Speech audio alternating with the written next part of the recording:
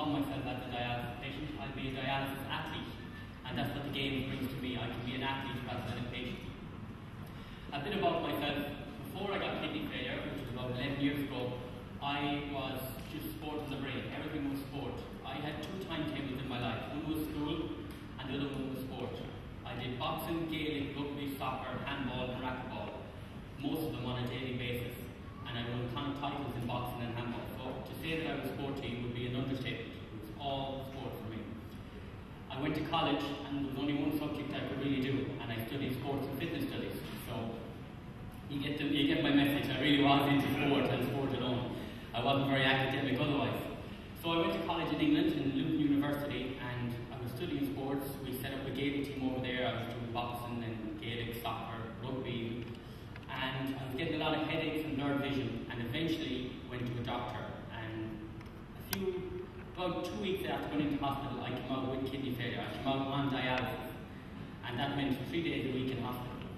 Now you can imagine what a shock that was to me, in that, as far as I was concerned, everything I had done up to that point in life was wasted. It was gone down the drain. I wouldn't be able to compete again in any of the sports I loved. I thought I'd spend the rest of my life in a hospital bed, and I didn't see any hope. I saw a miserable, pathetic life, chained to a hospital, chained to a machine that was keeping me alive 3 days a week. A few years later, I got a transplant, and it started a living race for me. I didn't have to go to the hospital anymore, but life wasn't the way it used to be. And then through the Irish Kidney Association, the Transplant and Dialysis Games came to my attention through the magazine. And I thought, gee, this is something I could maybe go to, I could try it out, see that maybe I could compete on a level, it wouldn't be that high, but maybe it'd keep me active at least. So I went to the Games. And from that point on, I really think my life changed, because I always saw myself as a sick person who used to be healthy. Whereas I looked around, the first games I did was cycling, and I thought I'd bring it on my bike and go cycling. It'd be nice and easy, loads of people on dialysis, sick people around to kick their ass. I'm only 22, 23. And I got destroyed. I just about finished the race. So I thought, oh my God, these people have the same illnesses as me, but yet their outlook is amazing, they're fantastic. So I got a whole new sense of what role models were. I saw people with illnesses, but whose life seemed to be the same as always. They didn't see, and there was no negativity. There was no, where I was surrounded in a hospital on dialysis by people all in their 50s, 60s, 70s, listening to the local radio station. It was just, there was no fun in it, and there was no role models. The Transplant Games really gave me role models, and as a result, I got a lot fitter for the next games. I won, in the last games, I won 3 gold medals in the running alone, the 100, the 200, 400 meters.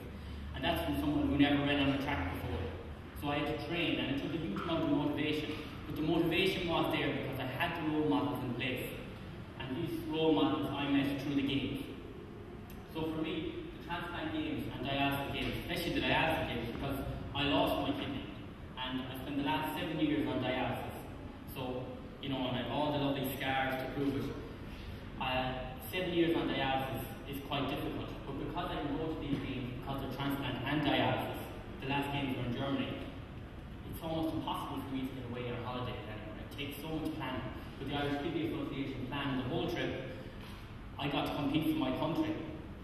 Now, my sports career was such a big deal to me before I got kidney failure. I never went anywhere with it, I boxed and did this and that. Whereas now, I've met mayors and famous sports stars.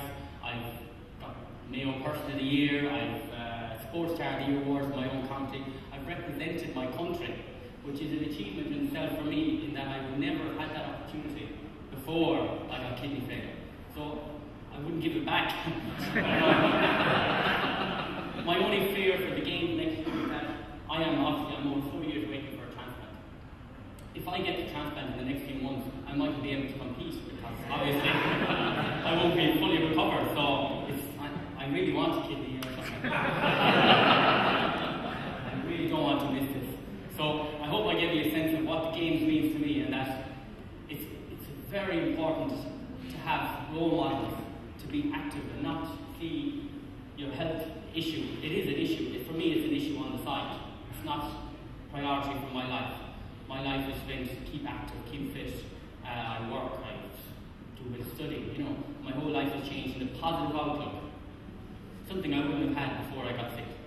And finally, I'm looking forward to defending my title as the fastest sick person in Europe.